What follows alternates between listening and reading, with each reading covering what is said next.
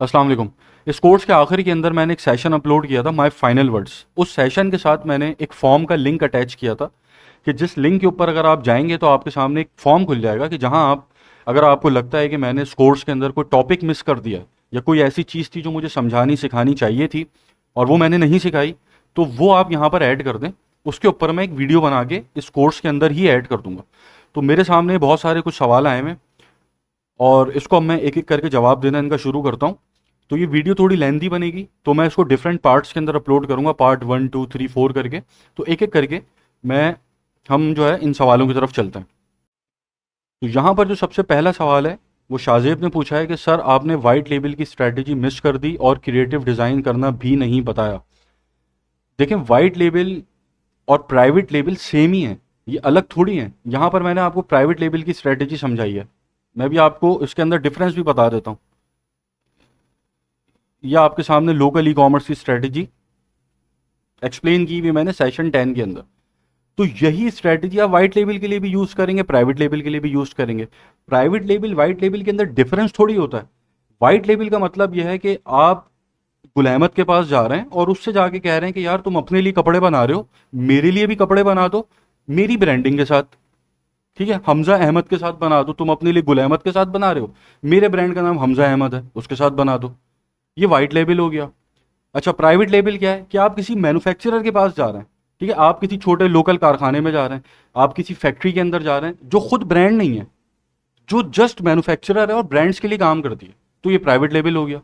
क्या आप उसके पास गए, अब आपने बोला मुझे ये डिज़ाइन चाहिए, मुझे वो डिज़ाइन चाहिए। अब यहाँ पर डिफरेंस क्या है कि जब आप प्राइवेट लेबल में काम कर रहे हैं तो यहाँ पर कस्टमाइजेशन के ऑप्शंस आपके पास बहुत ज़्यादा हैं। क्यों? क्योंकि वो एक मैन्युफैक्चरर है। ठीक है, वो आपके ब्रांड के हिसाब से आपको बना के देगा। जबकि आप प्राइवेट लेबल वाइट लेबल करते हैं तो वहां पर अब आप जा रहे हैं गुल अहमद के पास, तो उसकी जो एक लाइन चल रही है, प्रोडक्ट लाइन, मैन्युफैक्चरिंग लाइन जो उसकी अपनी चल रही है, वो उसी लाइन के ऊपर आपको बना के देगा चीजें। वो आपको कस्टमाइजेशन करके नहीं देगा। हाँ, ये है कि आखिर में आपका ब्रांड उसके ऊपर, ब्रांडिंग आपकी कर देगा एक फाइनल प्रोडक्ट के ऊपर। तो ये वाइट लेबल हो गया। तो वाइट और प्राइवेट लेबल के अंदर इतना डिफरेंस नहीं है, ये बहुत मामूली सा डिफरेंस है। तो उसको बेचने की जो स्ट्रेटेजी होगी वो सेम होगी, जो कि ये आपको लोकल ई कॉमर्स का ब्लूप्रिंट जो यहां पर नजर आ रहा है सेशन 10 के अंदर वही है। अच्छा, यहां पर दूसरा जो आपका सवाल है भाई, यहां पूरा तकरीबन 3 घंटे की क्रिएटिव डिजाइनिंग है, ये सेशन नंबर 2 है। यहां पर ये सारी चीजें मैंने बताई हैं। ठीक है, कि अगर आप ड्रॉप शिपिंग के लिए ऐड बना रहे हैं, वीडियो ऐड कैसे बनेगा, इमेज ऐड कैसे बनेगा, प्राइवेट लेवल के लिए बना रहे हैं, इसी के अंदर वाइट लेवल भी आ गया। ठीक है, इसका इमेज ऐड कैसे बनेगा, वीडियो ऐड कैसे बनेगा, अगर आप एजेंसी के लिए बना रहे हैं तो उसका इमेज ऐड कैसे बनेगा, वीडियो ऐड कैसे बनेगा। तो यहाँ पर 2.5 3 घंटे का सेशन नहीं है पूरा, तो उसके अंदर मैंने टोटल क्रिएटिव डिजाइनिंग बताई है। तो अब आपका जो भी बिजनेस मॉडल हो उस हिसाब से आपने यहाँ बनाना सीख लिया, अब आप उसको बना लेंगे। ठीक है, अब आप और किसी बिजनेस मोड पे काम कर रहे हैं, ठीक है, आपको सॉफ्टवेयर बेच रहे हैं, तो आप उसके लिए भी इसी तरह से अपनी डिजाइनिंग करेंगे ना, मेथड यही होगा। क्रिएटिविटी आपकी अपनी होगी, डिफरेंस क्रिएटिविटी का होता है। ठीक है, मैंने एक्सप्लेन किया था कि अगर मैं एक वीडियो ऐड बना रहा हूं अपनी प्रोडक्ट के लिए और उमर एक वीडियो ऐड बना रहे हैं अपनी प्रोडक्ट के लिए, तो उमर की क्रिएटिविटी का लेवल अलग है, मेरी क्रिएटिविटी का लेवल अलग है। अब यहां पर दो चीज है, देखें, एक है स्किल कि मैं कितना अच्छा वीडियो ऐड बनाता हूं, वो आ गया editing skills, video editing skills. दूसरी चीज यहां पर है कि मैं कितना क्रिएटिव सोचता हूं। ठीक है, तो अगर मेरी वीडियो एडिटिंग स्किल्स भी अच्छी हैं और जो मैं सोच रहा हूं वो मैं बना पा रहा हूं, तो मैं एक बेस्ट एड बनाऊंगा। तो ये आप अपने बिजनेस मॉडल के हिसाब से बनाएंगे, मेथड्स ये होंगे। अब यहां पर कैनवा के थ्रू मैंने सारी चीजें आपको एक्सप्लेन की हैं। ठीक है, तो अब आपका जो भी बिजनेस मॉडल है उस हिसाब से आप यहां पर बताएंगे। तो अब यहां कैसे ये आप बोल रहे हैं कि मैंने नहीं सिखाई डिजाइनिंग। उसके बाद यहाँ पर अरसलान अंजुम का एक सवाल है कि sir please make a video on advantage shopping campaign. देखिए, एडवांटेज शॉपिंग कैंपेन कुछ भी नहीं है। एडवांटेज शॉपिंग कैंपेन के अंदर जहां जहां एडवांटेज आ रहा है, फेसबुक उसको ऑलरेडी ऑन कर देती है आपके लिए। अब जैसे यहां पर मैं एक आपको मैनुअल कैंपेन बना के दिखाई, मैनुअल सेल्स कैंपेन, इसके ऊपर मैं आ गया। अब इस कैंपेन के अंदर आपको जहां जहां एडवांटेज नजर आएगा, जब आप एडवांटेज शॉपिंग कैंपेन बनाएंगे तो वो ऑलरेडी उसके अंदर ऑन होगा। जैसे यहां पर एडवांटेज कैंपेन बजट ये ऑन कर दें अगर आप, उसके बाद और कहाँ एडवांटेज आपको नजर आ रहा है, कहीं नहीं आ रहा, फिर आपने नेक्स्ट किया। ठीक है, फिर आप आ गए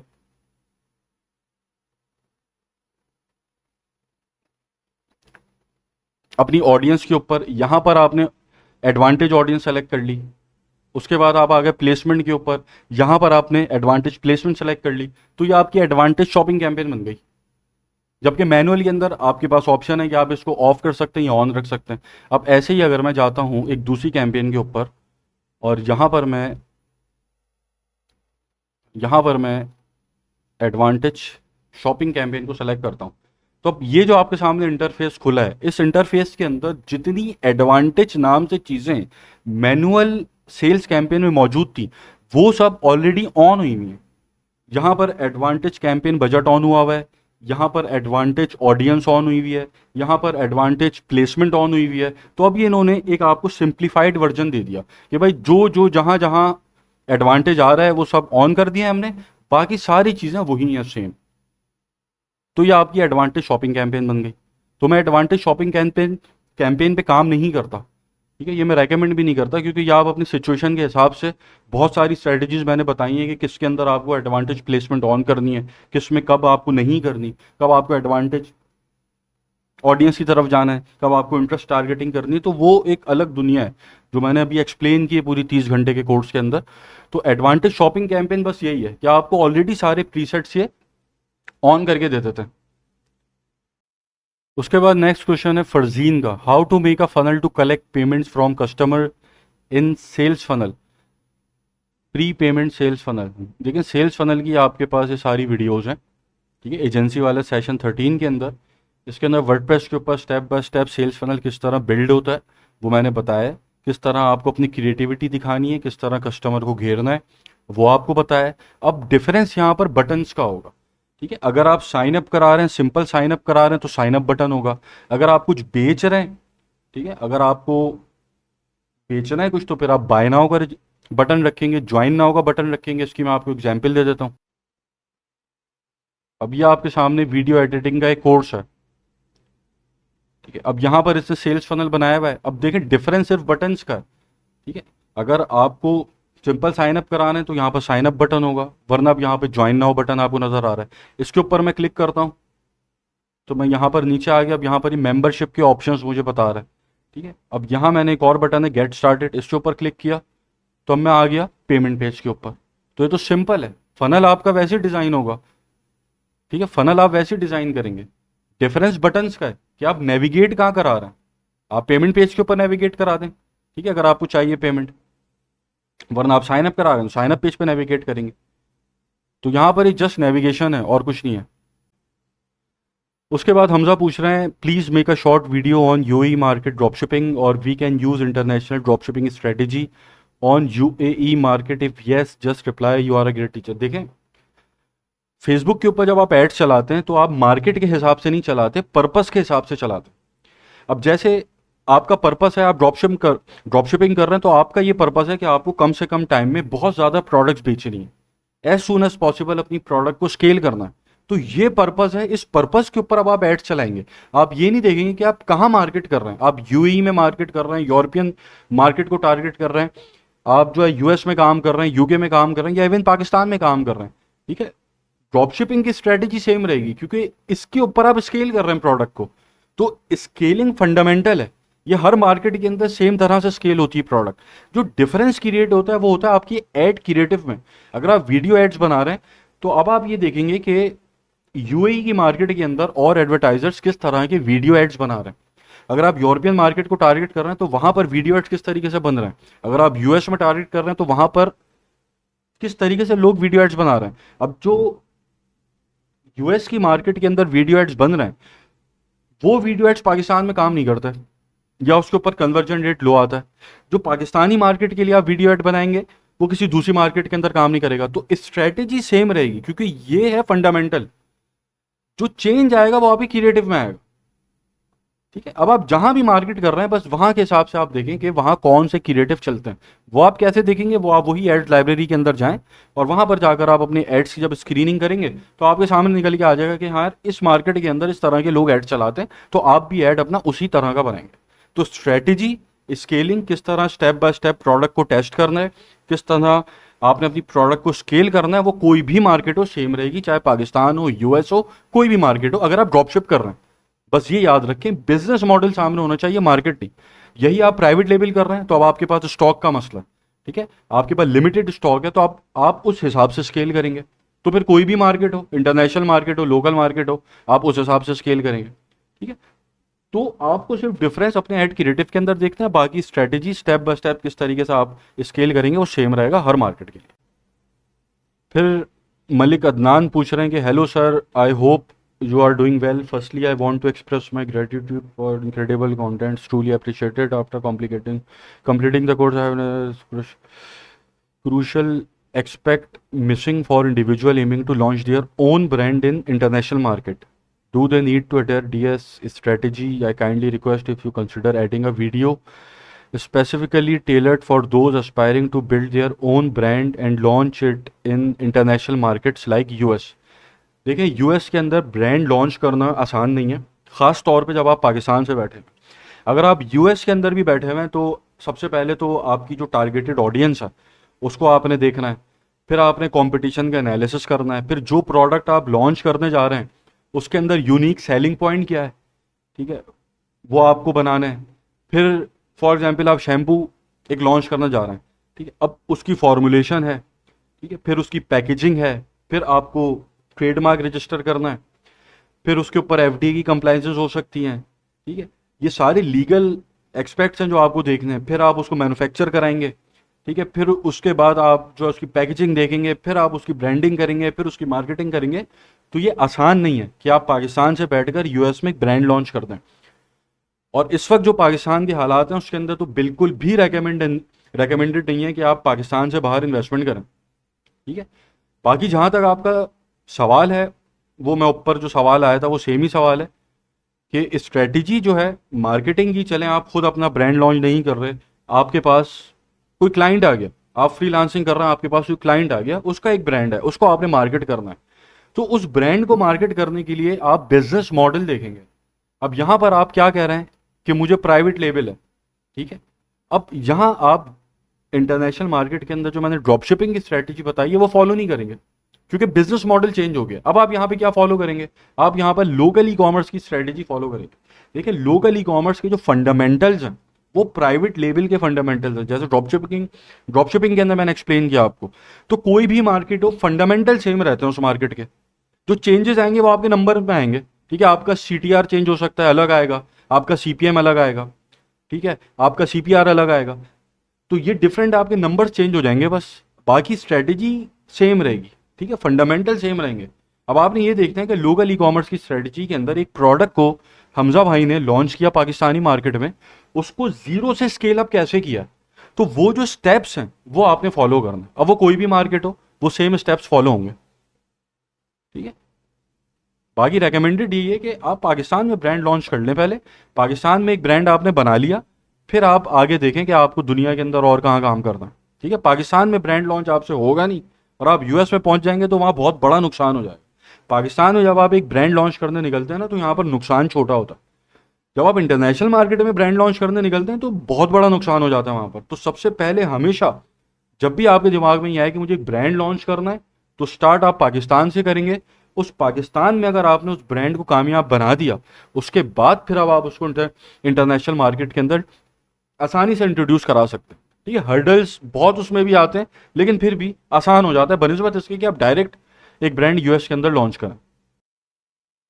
उसके बाद हसनैन पूछ रहे हैं, सर आपका कोर्स जब मैंने बाय किया था तब आपकी वेबसाइट पे गया था, वहाँ पर लोकल ई कॉमर्स के लिए बहुत कुछ था, like brand building, multiple product और सिंगल प्रोडक्ट, लेकिन यहाँ बस सिंगल प्रोडक्ट ही है। यार देखें, ब्रांड बिल्डिंग जो है ना, उसका एक अलग सेशन नहीं है बस कि जहाँ पर मैंने एक एक चीज़ ऐड की हुई हो।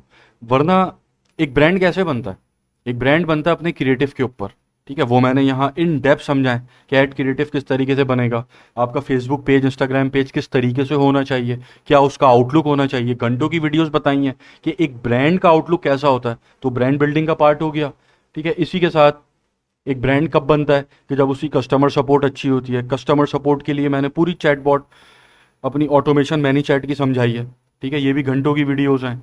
उसके बाद यहाँ पर पेज मैनेजमेंट के अंदर भी मैंने यहाँ पर कस्टमर सपोर्ट से रिलेटेड चीज़ें डिस्कस की हैं। तो एक ब्रांड जो है वो सारी चीज़ों का मिलाप होता है। उसका एक अलग सेशन मैंने नहीं किया। ये सारी चीजें अलग अलग जो है ये सब ब्रांड ही तो बना रही हैं। जो भी चीजें एक्सप्लेन की हैं वो एक ब्रांड को सामने रख के तो एक्सप्लेन की हैं, उसके अलावा क्या किया है। ठीक है, उसके बाद आप यहां पर आ जाएं, कस्टम कन्वर्जन के अंदर मैंने नाहिद को डिस्कस किया है। तो नाहिद एक ब्रांड ही तो है, उसी को तो सामने रख के सारी चीजें बताई हैं। तो ब्रांड बिल्डिंग ही तो हो रही है, ये और क्या हो रहा है। और इसके अलावा ब्रांड बिल्डिंग क्या है।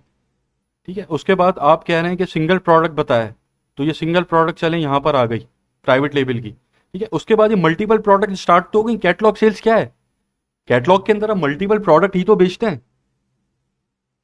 तो ये सारी चीजें मिल गई तो ब्रांड बनता है। तो ब्रांड बिल्डिंग का कोई अलग से टॉपिक नहीं दिया मैंने, क्योंकि वो दे नहीं सकता ऑब्वियसली। जब सारी चीजें कंबाइन होंगी उसके बाद आप ब्रांड बिल्ड कर सकेंगे। उसके बाद यहाँ पर डिजिटल मार्केटिंग एजेंसी के जो सेशंस हैं, इसके अंदर एक ब्रांड को सामने रख के तो एक्सप्लेन किया है कि आप एक ब्रांड के साथ काम करने जा रहे हैं, तो आपने किस तरह उसके साथ काम करना है।